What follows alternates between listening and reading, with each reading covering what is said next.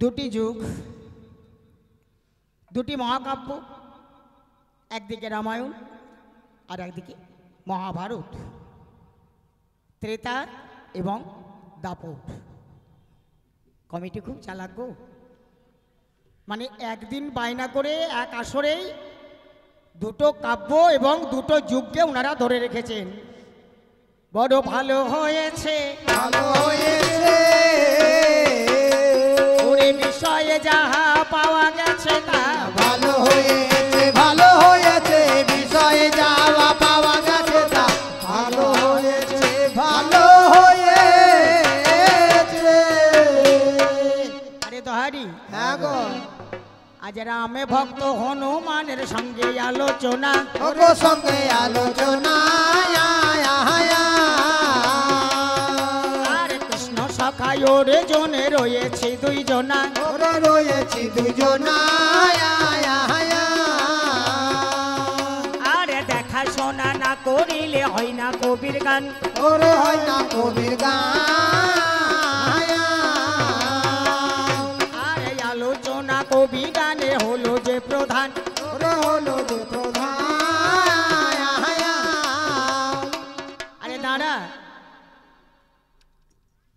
মহাভারত 13 কথা, অর্থাৎ আমরা যদি বলি মহাভারত 13 কথা, 13টা কথায় কি মহাভারত শেষ হয় বাবা? কিন্তু গীতার মঙ্গলাচরণে 13 কথার মধ্যেই মহাভারতকে ধরে রেখেছেন। এই 13টা কথা পরে পরে আলোচনা হবে যখন শেষের দিকে যাব। তাহলে সেই মহাভারতের বুকে আমি অর্জুন, আমি পাণ্ডবপুত্র,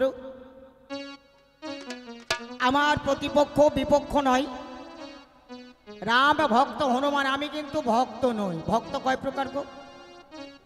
এক হচ্ছে হৈতকী ভক্ত আর এক হচ্ছে অহৈতকী ভক্ত। হেতুপূর্ণ ভক্ত, যার মধ্যে কিছু আছে, হে ঠাকুর আমি তোমাকে ভক্তি করি, ভালোবাসি, তুমি আমাকে কিছু দেবে না। আর একটা ভক্তি আছে কেমন, ঠাকুর আমি তোমার কাছে কিছু চাই না,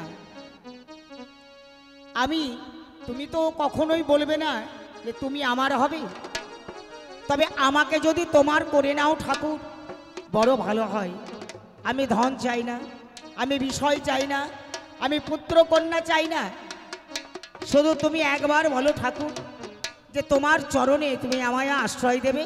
এ হচ্ছে অহৈতুকী ভক্ত, তাই না? আবার দেখবেন ভক্ত আছে মিত্রপক্ষের ভক্ত, এক আছে শত্রুপক্ষের ভক্ত, আর এক আছে জিজ্ঞাসু ভক্ত। মিত্র ভক্তকে ভক্ত প্রহ্লাদ, ধ্রুব ইত্যাদি। শত্রুপক্ষের ভক্তকে রাবণ, কংস, দুর্যোধন, জগাই, মাধাই, হিরণ্যকশিপু, হিরণ্যাক্ষ ইত্যাদি। জিজ্ঞাসু ভক্তকে নারদ, গান্ধারী আর গদাধর, সঙ্গত কলিকালে গদাধর। এরা হচ্ছে জিজ্ঞাসু ভক্ত। প্রভুকে এরা জিজ্ঞাসায় জিজ্ঞাসায়, প্রশ্নে প্রশ্নে ব্যতিব্যস্ত করতেন। কেন না, মৌচাকে খোঁচা না মারলে তো মধু ঝরে না বাবা। তাই ঈশ্বরের ভেতরের যে মধুর চাক, সেই চাক থেকে ফোঁটা ফোঁটা মধু ছড়িয়ে নেওয়ার জন্যে এই জিজ্ঞাসু ভক্ত। আর কি না, আমাদের মধ্যে যে আজকে দুজন আমরা এসেছি, শান্ত, দাস্য, সখ্য, বাৎসল্য, মধুর। তাহলে হনুমান হচ্ছে দাস্যভাবের ভক্ত, মুনিগণ হচ্ছে শান্ত ভাবের ভক্ত, যশোদা, সচিমাতা, কৌশল্যা এনারা হচ্ছেন বাৎসল্য ভাবের ভক্ত, আর সখ্য ভাবের ভক্ত হচ্ছে অর্জুন এবং ব্রজবালক, আর মধুরের ভক্তকে স্বয়ং রাধারানী। তাহলে আমি হচ্ছি সখ্য ভাবের সখা, আমি কিন্তু ভক্ত হতে পারিনি বাবা। আমার প্রতিপক্ষে হনুমান, আমার প্রতিপক্ষে হনুমান, করুন সবাই অনুমান, একটা সম্পর্ক পাতিয়ে রাখা চাই, আর সম্পর্ক না হইলে আনন্দ নাই কথা বলে।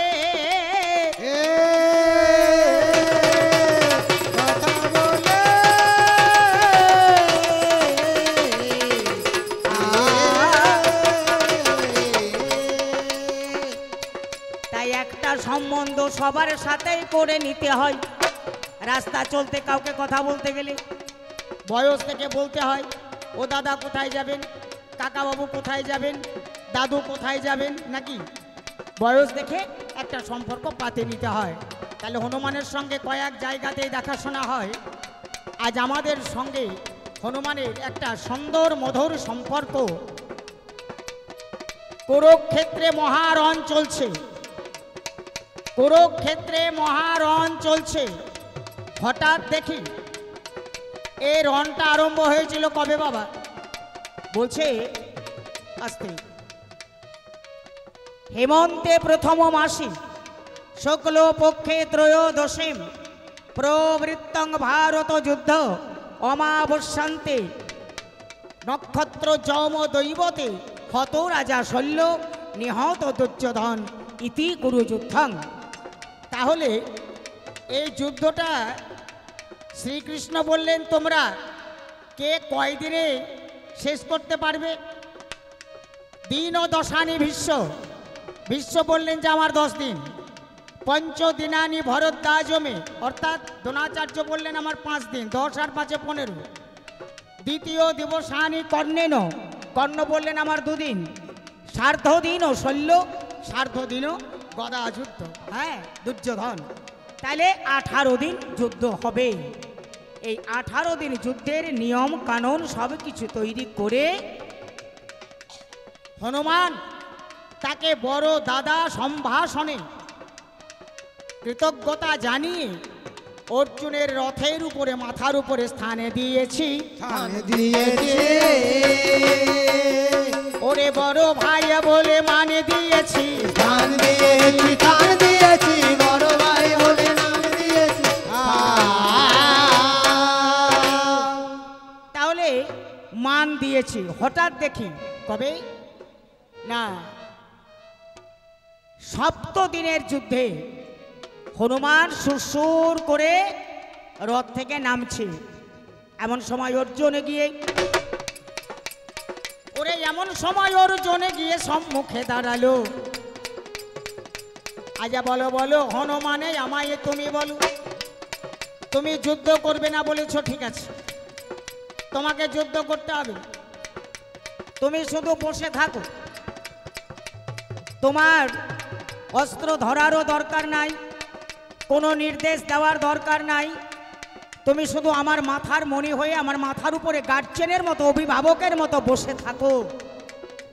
এই প্রতিশ্রুতি দিয়ে হনুমানের রথের উপরে ছিল। হঠাৎ দেখে হনুমান নিচে নামতে গেল।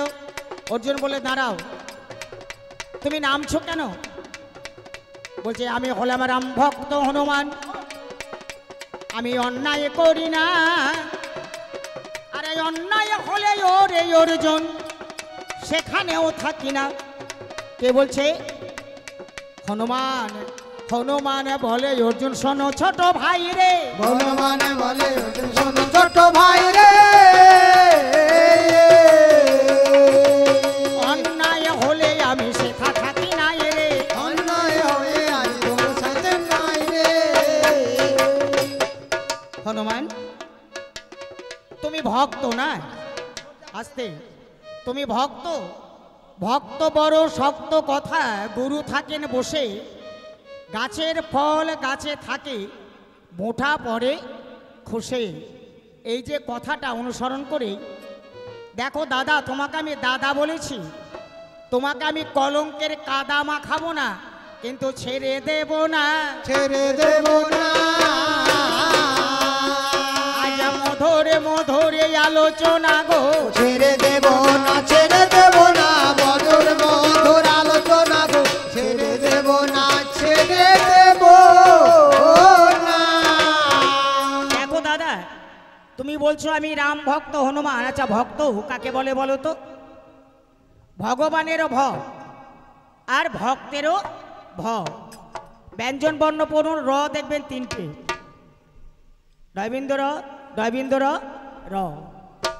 অও দেখবেন অন্তস্থ অ পাওয়া যাচ্ছে, ব সেটাও 2টো পাচ্ছেন, স সেটাও 3টে পাচ্ছেন, কিন্তু ভ একটাই।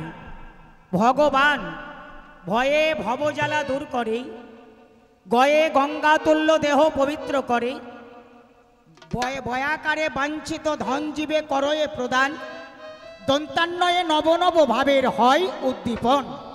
তাহলে ভগবানের ভয়ের যদি এই ব্যাখ্যা হয়, আচ্ছা ভক্ত হনুমান তোমারও তো সেই একটাই ভয়, তাহলে ভগবানের ভয়ের তাৎপর্য যদি এই হয়, তোমার ভয়ের তাৎপর্য কি? তোমার ভয়ের তাৎপর্য কি?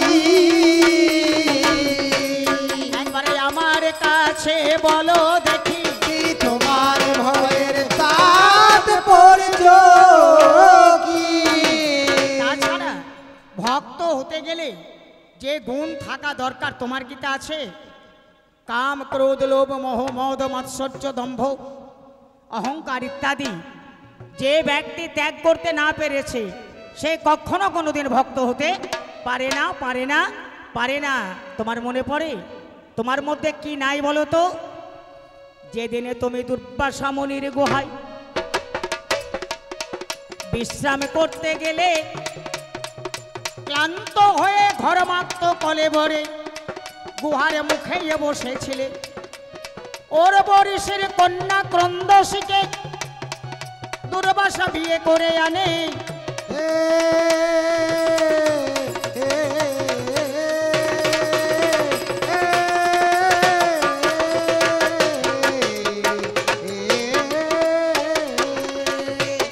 আর প্রথমে মিলন মত্ত তারা ছিল গো দুইজনে, দুজনে দুজনের মাঝে আলিঙ্গন, প্রেম প্রীতি নিবেদন, যৌবনের বিনিময়।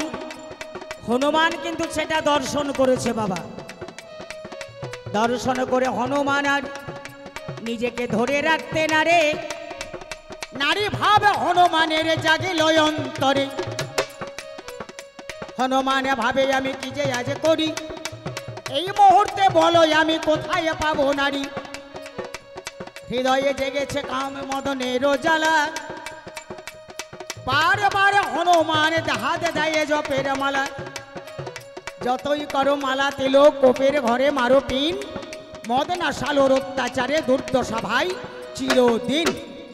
মালা ঝোলা জপেও এই মদনের জ্বালাকে নিবৃত্তি করার ক্ষমতা আমার মনে হয় হয় না। হয়, আমার তো মনে হয় না। এখন আপনাদের যদি হয়ে থাকে দোহারি, হ্যাঁ গো, আসে যাই আকাশে যাই, আরে ঘরম জলে পুরুষের পুরুষত্ব যাই, নারী ভাবে জাগিলে। স্বপ্নেতে নারী যদি করো এ দর্শন, আপনার বস্তু রাখতে নারে, সে যে পরম ধন, আপন বস্তু রাখতে পারে না। এই নারী ভাব হনুমানের মনের মধ্যে জেগেছে। এমন সময় দেওয়ালে দেখছে একটা মাকে রাশি বসে আছে জালের মাঝখানে। জালের মাঝখানে আজ হনুমান জানি বাবা দেখিল নয়নে, ও দেখিল নয়নে একটা মাকড়াসি অর্থাৎ স্ত্রী মাকড়সা জালের মধ্যে বসে আছে। তার স্বামী তার প্রেমিক কতক্ষণে আসবে, সে রজস্বলা, সে মিলন চাইছে। মিলন উন্মুখ এক নারী তার প্রিয়তম অর্থাৎ তার স্বামীর প্রতীক্ষায় অপেক্ষমান। হনুমান রুদ্র অবতার, অষ্ট সিদ্ধি জানত। মুহূর্তের মধ্যে কি করলেন, হনুমান থেকে রূপান্তরিত হয়ে একটা মাকড়সা রূপ ধরে নিয়েছে। মাকড়সা রূপ ধরে নিয়েছে। আমি বলে জানাই দাদা দশের কাছে, মাকড়সা রূপ ধরে নিয়েছে। মাকড়সা রূপ ধরে সেই মাকড়াসির সঙ্গে যখন মিলন দিয়েছে, একটা সন্তান জন্মেছে, তার নাম হচ্ছে মকরধ্বজ। হ্যাঁ, তাহলে তোমার কাম আছে দাদা, তোমার মধ্যে কাম আছে। দুরন্ত কামকে চূড়ান্ত করতে গিয়ে তুমি পরদার পর স্ত্রীকে হরণ করেছ। সেই দিনই মাকড়াসের অভিশাপে তোমার ভক্ত হওয়ার যে গুণ 16 আনার মধ্যে 4 আনা গেছে। আমি বলে জানাই আজ 10-এর কাছে, চারানা আছে বলে জানাই আজ 10 দ্বিতীয় আলোচনা দাদা তোমার কাছে করি। আমি বলতাম না যে যাকে আমি গার্জেনের মানুষ যখন শত্রুপক্ষের সঙ্গে লড়াই করে, যেখানে যার আপন আত্মীয় থাকে বাবা তার কাছে যায় না যে কাকা আমাকে রক্ষা করুন, আমাকে একটু সহযোগিতা করুন। আমরাও কিন্তু এই কৌরব পাণ্ডবের যুদ্ধের সময় হনুমানকে সেইভাবে আমন্ত্রণ জানিয়েছিলাম এবং সম্মান দিয়েছি মস্তকের উপরে। তা সত্ত্বেও আজকে সে ফলাও করে বলছে আমি রাম ভক্ত হনুমান। একই কথা বারবার শুনতে শুনতে অর্জুন নিজেকে বিরক্ত এবং বিব্রত বোধ করে আজ তোমার কাছে তুলে ধরছি যে তোমার যে ভক্ত বলার অধিকার নাই, আমি এক এক করে তোমাকে ধরিয়ে দেব।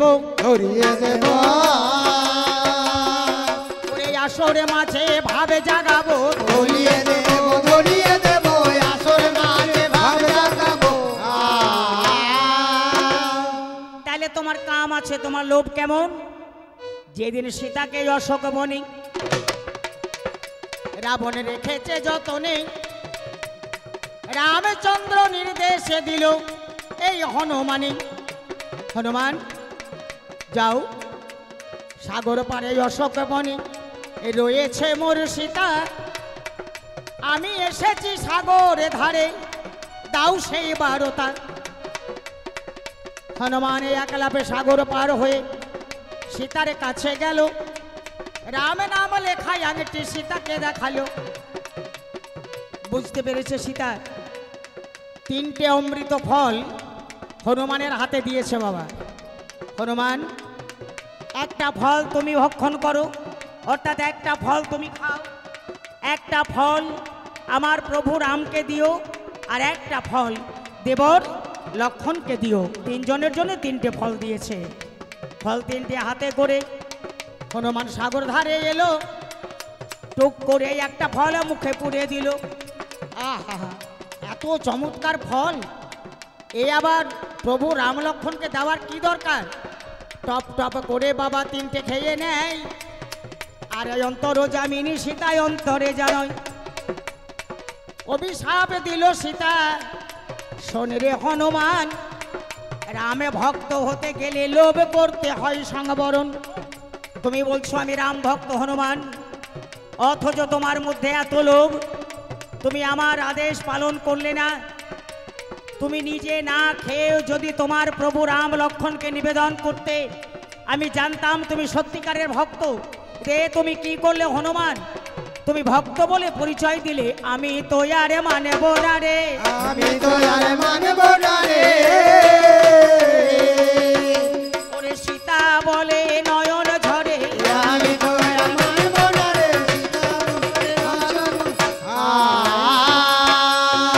হনুমান লোভে পাপ, পাপের অপর নাম হচ্ছে দুঃখ। অনেকে বলে লোভে পাপ, পাপে মৃত্যু, না তা নয়। লোভে পাপ আর পাপে দুঃখ বাড়ে। তুমি যে লোভে তিনটে ফল ভক্ষণ করেছ, তোমার সেই বদন পুড়ে ছাই হবে। আরো চারানা গেল, হনুমান আজ তুমি হনুমানের ভূমিকায় দাঁড়িয়ে এগুলো কেটে দিও। এগুলো তুমি কেটে দিও, দিয়ে প্রমাণ করবে যে তুমি কত বড় ভক্ত, ভক্তের কি গুণ তোমার মধ্যে আছে। তাহলে তোমার কামে আছে, লোভে আছে, আর ওই আছে অহংকার। একদিনের কথা মনে পড়ে কি তোমার? শোনো কথাগুলো বলি ভালো অধ্যকার আসরে, আরে বলবো আমি শুনবে তুমি শুনবে শ্রোতাবরে। যেদিন ইন্দ্রজিৎ বধ হওয়ার কথা, 14 বছর অনাহারি, 14 বছর যে নারী মুখ দর্শন করেনি, এমন কোনো ব্যক্তি থাকলে তো লক্ষণ বলছে দাদা আমি তো 14 বছর কিছুই খাইনি। বলো কেন? আমি তো 14 বছর তোমাকে ফল দিয়েছি ভাই। যেদিন সীতা হরণ হয় সেদিন আমরা ফল আনতে পারিনি, যেদিন আমরা নাগপাশে বন্দী হই সেদিন আমরা ফল আনতে পারিনি, যেদিন পিতার মৃত্যু সংবাদ পাই সেদিন আনতে পারিনি, আর যেদিন পাতালে মহিরাবণের কাছে বন্দী হই সেদিন ফল আনতে পারিনি। এছাড়া প্রতিদিন তো ফল দিয়েছি। সঙ্গে সঙ্গে লক্ষণ উত্তর দিচ্ছে, ধরো লক্ষণ বলে সম্ভাষণ করেছ আমায়, খাও বলি আদেশ তো দাওনি আমায়। তুমি বলেছ ফল ধরো লক্ষণ, কিন্তু আমাকে খাও লক্ষণ এ কথা বলনি, তাই আমি ধরে রেখেছি। ধরে রেখেছি ততগুলো ফল বছর বছর ধরে রেখেছি, ধরে রেখেছি অতগুলো ফল বছর বছর।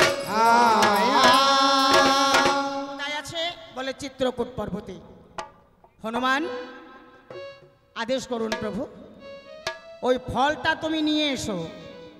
হনুমানের মনের মধ্যে এমন একটা যে আমি গন্ধমদন পর্বত আনতে পারি, আর 14 বছরের একটা ঠোঙা ফল, সেটা যে কাউকে পাঠালেই পারত। অঙ্গদ, নীল, নল, সুসেন, জাম্বুবান কতই তো ছিল, এটুকু আনতেও প্রভু আমাকে পাঠালেন। ফলের কাছে গিয়ে ফলের ঠোঙাটায় হাত দিচ্ছে, তুলতে পারছে না, বারবার কপাল থেকে ঘাম ফেলছে, তুলতে পারছে না। পিছনে গিয়ে যোগমায়া বলছে, শ্যামা শ্যাম শিবরাম জপ মন বিরাম, অহংকার নাশে যাতে শোনো রে হনুমান। শ্যামা শ্যাম শিবরাম জপ মন বিরাম, অহংকার নাশে যাতে শোনো রে হনুমান। শ্যামা শ্যাম শিবরাম। কে?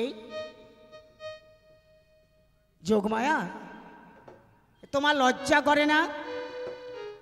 তুমি যার বলে বলিয়ান, সেই প্রভু রামের আদেশ অমান্য করে অহংকারের বশে এই 14 বছরের ফল নিতে এসে আজ ফলের ঠোঙাটা তুলতে পারছো না। একবার জয় দাও তোমার সেই প্রভু রামের, তোমার কোনো শক্তি নাই হনুমান। তবে যার মধ্যে অহংকার থাকে সে ভক্ত হতে পারে না। তাহলে কামে আছে, লোভে আছে, আছে অহংকার। আচ্ছা, কোন গুণে ভক্ত বলে করিছ প্রচার? আর দিনের কথা যদি তোমায় বলে যাই, তোমার ভক্ত হবার কোন গুণে আছে জানাবে আমায়। যেদিন তোমার লেজে আগুন দিয়েছিল, তোমার লেজে রাক্ষস রাজ রাবণের নির্দেশে আগুন লাগালো, তুমি কি করলে? এখন এখানে কোনো বাড়িতে যদি একটা ছেলে কোনো 2 নম্বরিতে যুক্ত থাকে, কিংবা কোনো ডাকাত হয়, পুলিশ যদি জানতে পারে, তাহলে এসে সেই বাড়িতেই হানা দেবে নাকি? সেই ছেলেটাকেই তো ধরবে, বড় জোর তার মা বাবাকে হয়তো আটকাবে। তো তুমি কি করলে? না, রাবণ দোষ করেছে। রাবণের লঙ্কাপুরী, তার বাসস্থানটা তুমি যা করতে করতে, কিন্তু নিরীহ রাক্ষস প্রজা যারা সুখের ঘর বেঁধেছিল, তাদের সুখের ঘরে তুমি আগুন লাগিয়েছ। তুমি ঘর পোড়া হনুমান। পরের ঘরে আগুন যারা লাগাইতে পারে, আর ঘরে ঘরে আগুন যারা লাগাইতে পারে,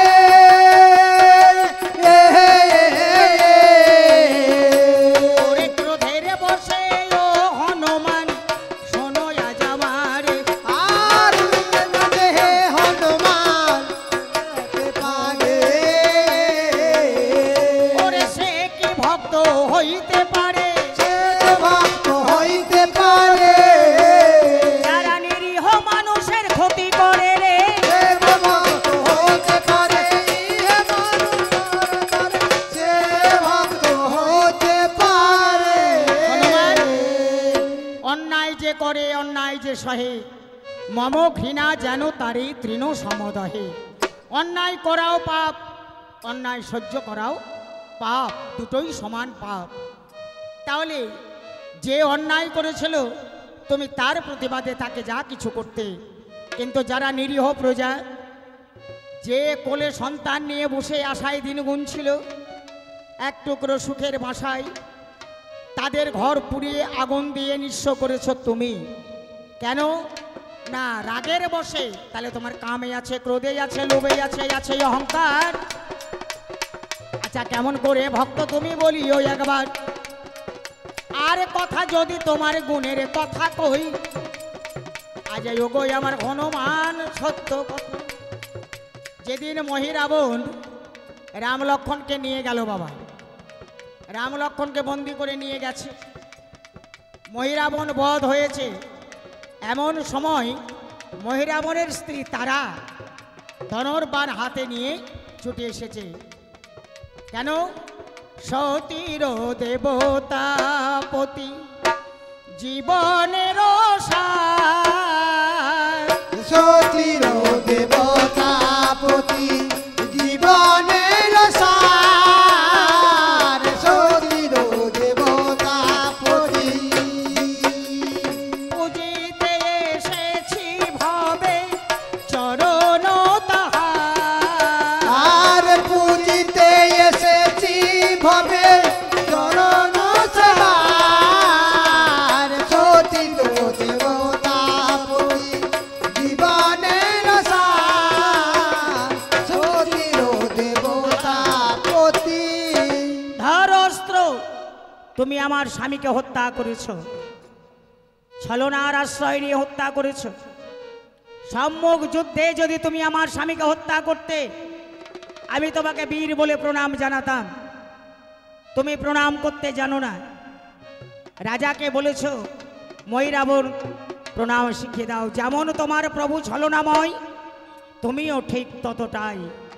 এসো, সাধ্য থাকলে আমার সঙ্গে যুদ্ধ করো। হনুমানের সঙ্গে সেদিন হচ্ছে মহারণ।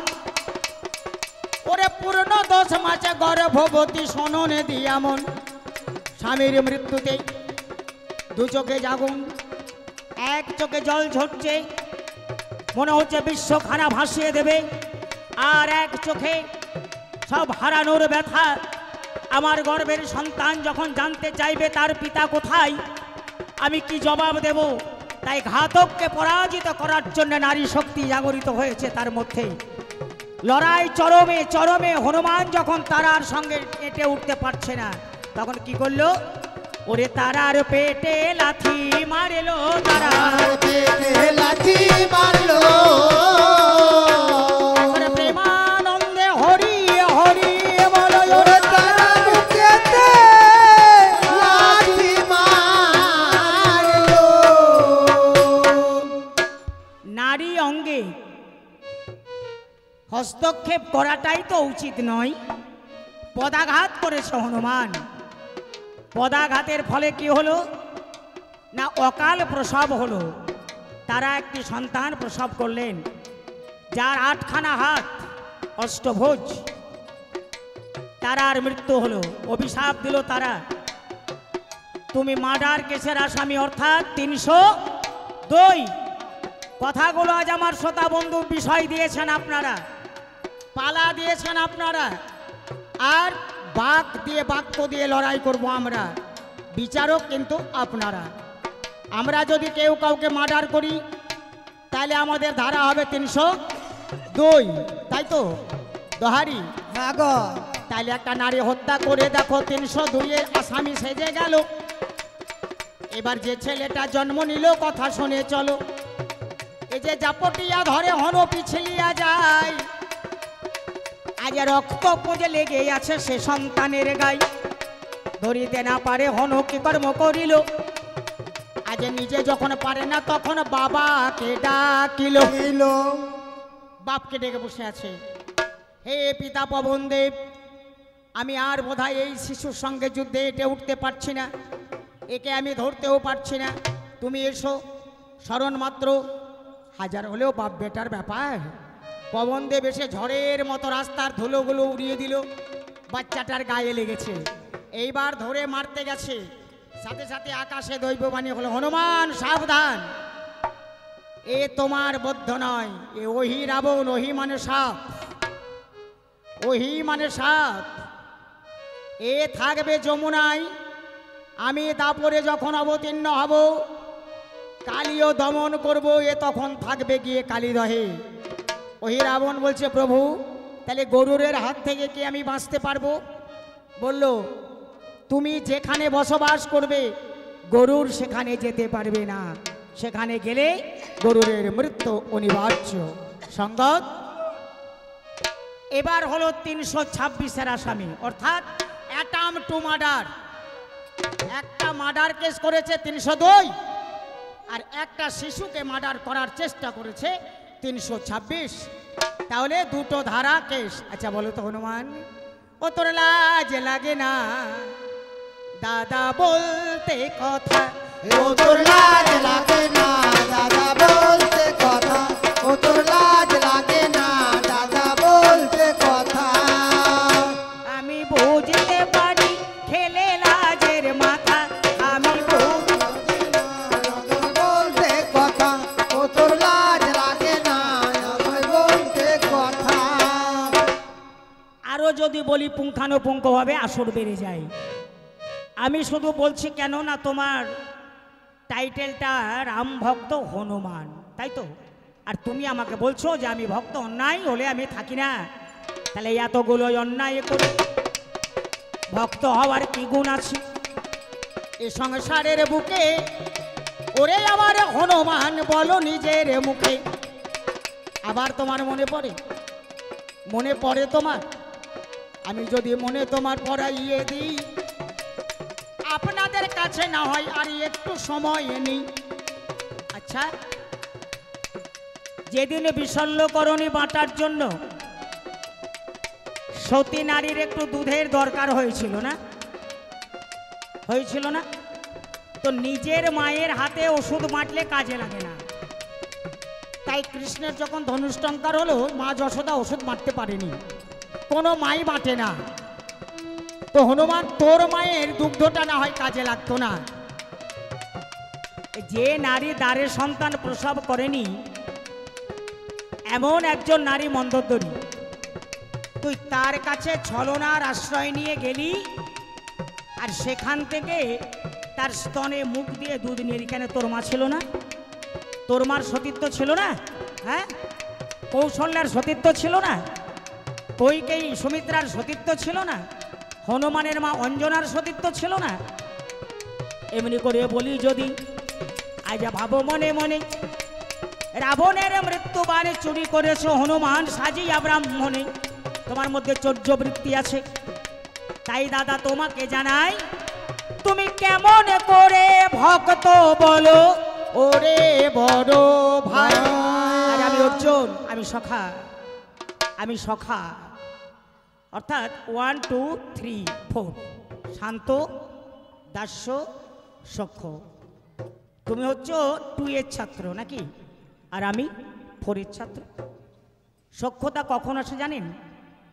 শান্ত, অর্থাৎ বাড়িতে আপনি একটা কাজের লোক রেখেছেন, কোনো কথা উত্তর দেয় না, চুপচাপ শান্তভাবে কাজ করে। এমন একটা লোক রেখেছেন যে সব সময় অপেক্ষা করে থাকে যে আমার মনিব, আমার প্রভু আমাকে কি হুকুম করবে। আনুগত্য, আনুগত্য অর্থাৎ দাস্য। আর সখ্যভাব কখন আসে? বাড়ির রাখাল সে গরু চড়ায়, ভজা, আর বাড়ির ছেলে মদন আসতে। ভজা একটা বিড়ি ধরিয়েছে, আর গাছে একটা ডাঁসা পেয়ারা ভজা পেরে একটা কামড় মেরেছে। সাথে সাথে মদন বলছে, ভজা পেয়ারাটা দারুণ মাইরি, তুই আধখানা খা, আমাকে আধখানা দে। তো ভজা বললো যে আমি যে কামড় দিয়ে ফেলেছি। বলে, আরে দূর, তুই আর আমি আমরা এখন বন্ধু, সমবয়সী, ও বাবা মাকেও দেখতে আসছে নাকি? তাহলে একটা পেয়ারা দুজনেই যখন একে অপরের উচ্ছিষ্ট ভোজন করতে পারে, একটা বিড়ি যখন দেখবেন জাতি বর্ণ বিভেদ ভুলে গিয়ে এক বন্ধু আর এক বন্ধুকে দিলে সে টেনে খেতে পারে, তখনই আসে সখ্যভাব। মনের সমস্ত গোপন কথা যার সঙ্গে আদান প্রদান করা যায়, শেয়ার করা যায়, সব কিছু বলে যার কাছে শান্তি পাওয়া যায়, সে হয় সখা। বুঝলে হনুমান, আমি কিন্তু ভক্ত নই, আমি কৃষ্ণ সখা। আমি তারে অপেক্ষাতে থাকি, তারি অপেক্ষাতে থাকি, ওরে যেথায় আমার কমলা খিরে। তারি অপেক্ষাতে থাকি, কোথায় আমার আর আমার এই যুদ্ধ আমাদের নয়, এই যুদ্ধ হচ্ছে কখন? কৃষ্ণ পক্ষে। কৃষ্ণের বিপক্ষে যুদ্ধ নয়, কৃষ্ণ পক্ষে। আমি অর্জুন বলেছিলাম যুদ্ধ করব না। এত আত্মীয় স্বজন, সবার রক্তে লাল করে ভূমি, সিংহাসন আমি চাই না সখা, এ সিংহাসন আমি চাই না ভগবান। শ্রী গোবিন্দ তিনি সেদিন বিশ্বরূপ দর্শন করিয়েছিলেন আমাকে। বিষাদ যোগে আমি যখন বিশ্বরূপ দর্শন করলাম, প্রভু নির্দেশ দিলেন, তুমি কে? তুমি একটা নশ্বর দেহধারী, তোমার মধ্যে পরমাত্মা রূপে আমি গোবিন্দ। আমি যখন তোমাকে পরিত্যাগ করব, তোমার ওই নশ্বর দেহ খাঁচার কোনো দাম থাকবে না। তুমি কাউকে মারতে পারো না, তুমি হাত থাকতে হাত নাড়তে পারো না, মুখ থাকতে খেতে পারো না, কথা বলতে পারো না, চোখ থাকতে দেখতে পাও না, পা থাকতে চলতে পারো না। পদ পদ সংযুক্ত ন শব্দে শব্দ উচ্চতে অবিশ্বাস সর্বেশ সে তো কৃষ্ণ ফণাঙ্গনা। এ অর্জুন, এই কুরুক্ষেত্রের যুদ্ধে যারা এসেছে, এ বিশ্ব সংসারে আমি কেশব, কেশব সব মোরা, এরা কেউ বেঁচে নাই। এরা যেদিন মায়ের গর্ভে এসেছে ভ্রূণ আকারে, সেই দিনই নিয়তি তার কলমে লিখে দিয়েছে তার মৃত্যুর পরোয়ানা। প্রতি পদক্ষেপে প্রতি মুহূর্তে মৃত্যু তাকে ধাওয়া করছে, ছুটে চলেছে জীব মৃত্যুর দিকে, পিছনে মৃত্যু তারা করছে, আর সামনের মৃত্যু তাকে হাত ছানিয়ে দিয়ে ডাকছে, আয় আয় আয়। মাননীয় সুধী সমাজ, তাহলে এই জায়গায় আজ কুরুক্ষেত্রের যুদ্ধ আমার প্রভু আমার সখার নির্দেশে। তাই যেখানে স্বয়ং কৃষ্ণ বর্তমান, সেখানে কোনো অন্যায় হতে পারে না। আর তুমি নামছো কেন? আমি প্রথম পালায় বেশি কিছু বলবো না কোয়ার, আমি ছোট্ট করে দিয়ে গেলাম আমার সমাচার। এবার ভক্ত হয়ে হনুমান আসরে দাঁড়াবে, কোন গুণে ভক্ত বাবাই আপনাদের জানাবে। আমি তো জানিয়ে গেলাম যে তোমার ভক্ত হওয়ার কোনো গুণই নাই। এই কটাকে যদি খণ্ডন করতে পারো, তাহলে তুমি ভক্ত বলে পরিচয় দিও, আর তা না হলে আমি অনুমান করব তুমি শুধু মাত্র হনুমান রে, শুধু মাত্র হনুমান রে। আসতে এই হনুমান কেমন জানেন? এ বলে আমি পরম বৈষ্ণব। আহা, আপনি জমিতে বেগুন লাগান, কাঁকড় লাগান, যদি একবার সন্ধান পায়, এ হনুমান যদি একবার সন্ধান পায়, মায়েদের ডালের বড়ি দেওয়া থাকলেও থাকে না, থাকে নিয়ে যায়। তো জমিতে নামবে, কাঁকড়গুলো হাতে, এ হাতে একটা ও হাতে একটা, বুঝতে পেরেছেন? দাঁতে একটা ধরেছে, বাচ্চাগুলো তাড়াচ্ছে, বাচ্চাদের ভয় পায় না। এইবার যখন কোনো বড় যুবক বা কয়েকজন যখন হান্টার নিয়ে বা লাঠি টিন বাজিয়ে তাড়াতে আসে, তখন দেখবেন সহজে যাবে না, এই হাতে একটা এই হাতে একটা। হ্যাঁ, এই যাবার সময় ও সঞ্চয় করে না, বৈষ্ণব তো সঞ্চয় করে না।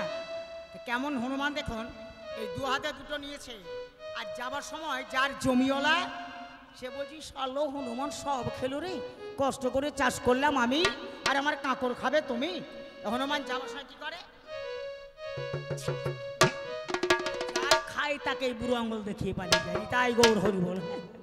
হনুমান এ পর্যন্ত প্রথমে পালা, আমি অল্পে অল্পে সারি, আমার মায়েরা দাও উলুর ধনী মাগো, বাবারা বলুন হরি হরি। আমি পাণ্ডবপুত্র, কত বছর, দীর্ঘ 12 বছর বনবাস, 1 বছর অজ্ঞাতবাস, অশান্তির আগুনে পুড়তে পুড়তে পুড়তে পুড়তে আজ আমরা ন্যায় যুদ্ধ, পিতৃ সম্পদ উদ্ধারের জন্য এখানে এসেছি। জানি জন্মিলে মরণ আছে, তাই যাবার সময় বলি, একবারে ভাবনাই রে মনে, সুন্দর ভুবনে 2-4 দিনের জন্যে বসতি রে সবাই। আয় ভাবনায় রে মনে, সুন্দর ভুবনে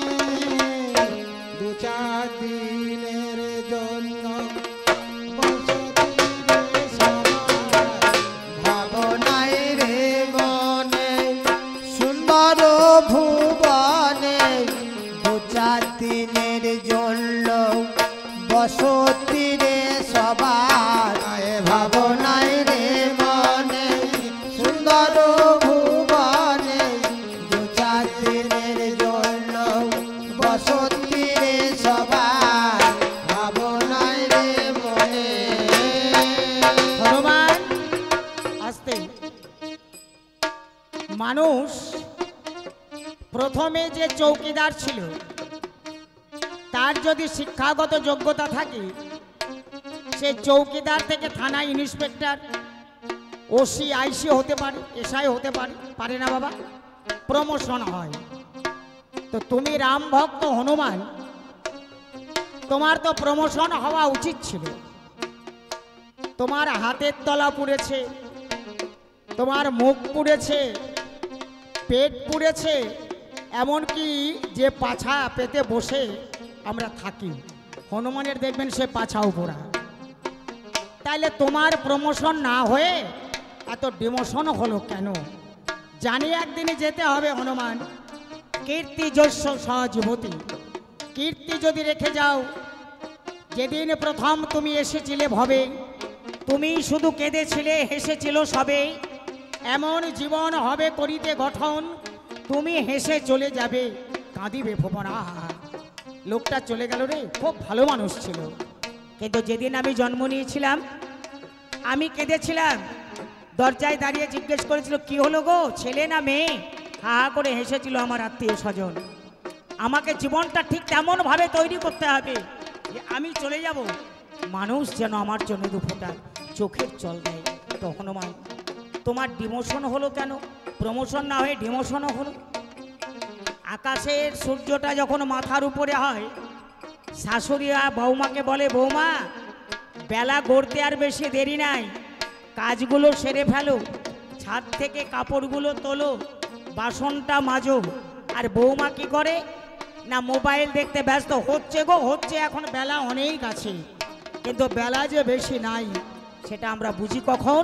যখন সূর্যটা ঢলে পড়ে। জীবন সূর্য যখন ঢলে পড়ে। তাই বলছি, একদিন ভাবনাই রে মনে সুন্দর ভুবনে, 2-4 দিনের জন্যে বসতি রে সবার ভাবনায় রে মনে সুন্দর ভুবনে 2-4 দিনের জন্য বসতি রে সবার ভাবনায় রে মনে সুন্দর ভুবনে 2-4 দিনের জন্য বসতি রে সবার ভাবনায় রে মনে।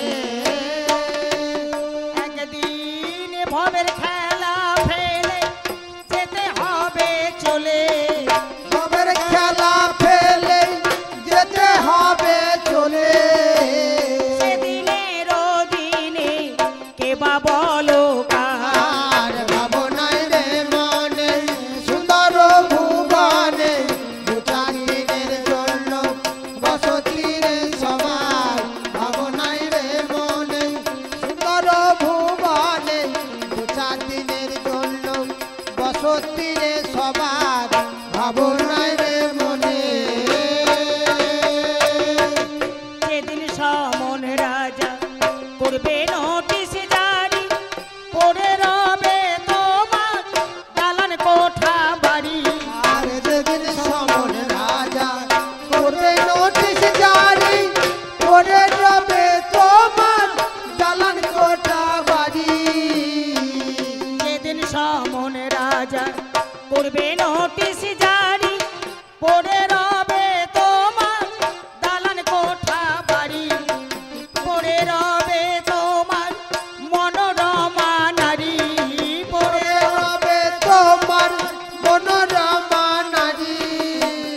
সঙ্গে সেই দিন কেহ যাবে না তো আর। আর ভাবনায় রে মনে সুন্দর ভুবনে 2-4 দিনের জন্য বসতি রে সবার ভাবনায় রে মনে সুন্দর ভুবনে 2-4 দিনের জন্য বসতি রে সবার ভাবনায় রে মনে। মায়াবন্দী জীব গো আমরা, তাই আমরা আমার আমার করি। বলছে নিখিল দাদা, রাত্রি 11টা বাজছে এখনো ঘুমাওনি, কি ব্যাপার? তোমার জানালা দিয়ে দেখলাম তুমি বসে আছো, সেই জন্য তোমার কাছে এলাম। নিখিল বলছে, তোর বৌদি আজ কদিন বাপের বাড়ি গেছে রে। তোর বৌদি না থাকলে জানিস এ বাড়িটায় আমি থাকতে পারি না, এ ঘরটা যেন আমার মোটেই ভালো লাগে না, ঘুম আসছে না, তাই বসে আছি। তাহলে বউকে কত ভালোবাসে, আর বউ তার স্বামীকে কত ভালোবাসে। কিন্তু যেদিন একজন চলে যায় আর একজন 10 দিন, 11 দিন, 15 দিন, 1 মাস, 6 মাস কাঁদবে। তারপর আস্তে আস্তে আস্তে আস্তে একে অপরকে ভুলে যেতে বাধ্য, এটা জগতের নিয়ম। আরে সঙ্গ ঝাঁকা বোঝাই করে মালে হলো আনা, যার যেমন কপাল তার তেমনি বেচা কেনা। ঢাকা বোঝাই করে মালে হলো আনা, যার যেমন কপাল তার তেমনি বেচা কেনা। ঝাঁকা বোঝাই করে মালে হলো আনা, যার যেমন কপাল তার তেমনি বেচা কেনা। কারো হলো লাভ, কারো হলো দেনা, আর কারো হলো লাভ, কারো হলো দেনা। তবু আনা গোনা পরিবার আর ভাবনায় রে মনে সুন্দর ভুবনে, 2-4 দিনের জন্য বসতি রে সবার। ভাবনায় রে মনে সুন্দর ভুবনে, 2-4 দিনের জন্য বসতি রে সবার। ভাবনায় রে মনে ভবা বলে ভবে ভবার নবে এসে, বন্দি হলাম দয়াল তোমার মোহ বসে। বাবা বলে ভাবে বাবার নামে এসে, বন্দি হলাম দয়াল তোমার ভবের দেশে। ভবা বলে ভবে ভবার নবে এসে, বন্দি হলাম দয়াল তোমার মোহ বসে। এদিনেরও শেষে সেদিনেরও বেশে, সেদিনেরও শেষে সেদিনেরও বেশে। দেখা দিও এসে তুমি হে একবার। আর ভাবনায় রে মনে সুন্দর ভুবনে, 2-4 দিনের জন্য বসতি রে সবার। ভাবনায় রে মনে সুন্দর ভুবনে, 2-4 দিনের জন্য বসতি রে সবার। ভবের কালা ফেলে